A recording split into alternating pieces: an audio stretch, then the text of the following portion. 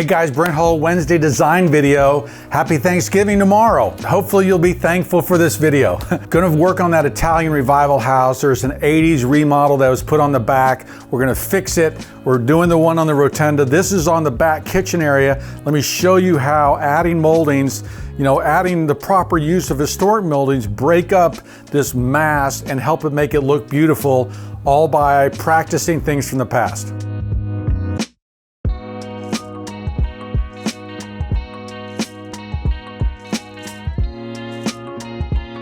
Okay guys, working on that Italian revival house, just showing you kind of the way, a historic way of dealing with moldings really improves kind of that new way of building. So the new way of building, you put the columns underneath the entire beam. There's no pilasters, there's nothing engaged in the wall. You take this entire big area, just panelize it with stucco, right? And so you're breaking up the spaces, even the windows aren't divided light. What I'm going to show you is, three things to kind of improve this using kind of old building methods. Number one is the column always sits out proud of the beam. And so what that looks like is if my capital is right here, and my little there, and then the neck of my molding is here. So this is the top of my column as it goes down. The beam above always is in line with the neck, okay? So those two things are at the same plane.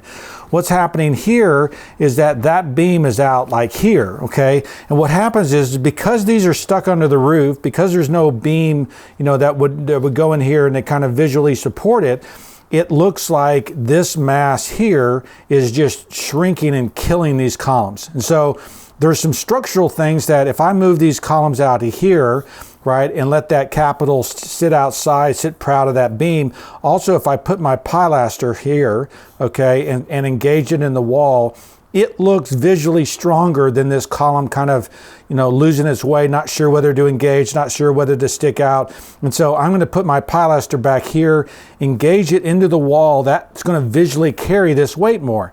The other thing is that this entire mass right here, that big square, is clunky, okay? Why is it clunky? Well, you've got these panels and this big panel mold, and if I, just break this up with my architrave frieze and then put a cornice on here, right?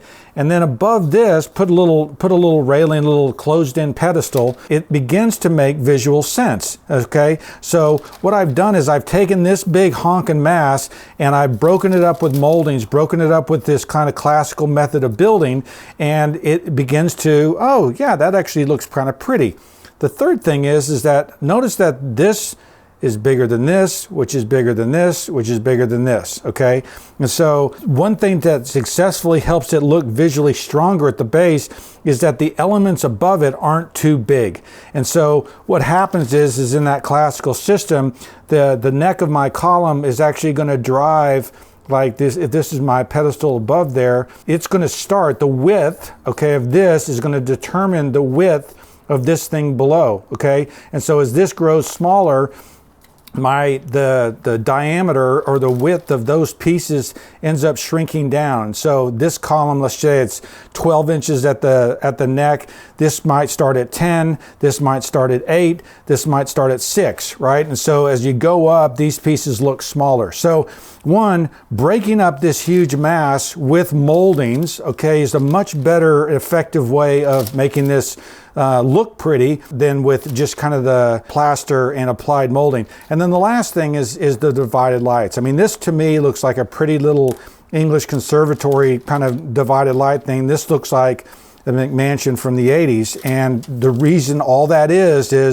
that divided light adds a sense of scale, adds a sense of proportion, adds historic and traditional semblance to this thing to make it look better. And so on the opposite side of this thing, okay, this is the house. Look what's happening here. And this is where I'm talking about those divided lights. Here and going that way is a bunch of divided light windows, and then coming around this way, even though this is the original portion of the house, they've changed out all these windows with big blank lights. And look what happens when I just put divided light back in there. It all of a sudden makes this thing visually pleasing. It makes it look like, oh yeah, I can understand the scale, and it looks prettier. And so notice too that I've taken the organization and the arrangement that we showed on this other page and applied it, and I slid it around, because This is the back side of the house, and all of this is addition.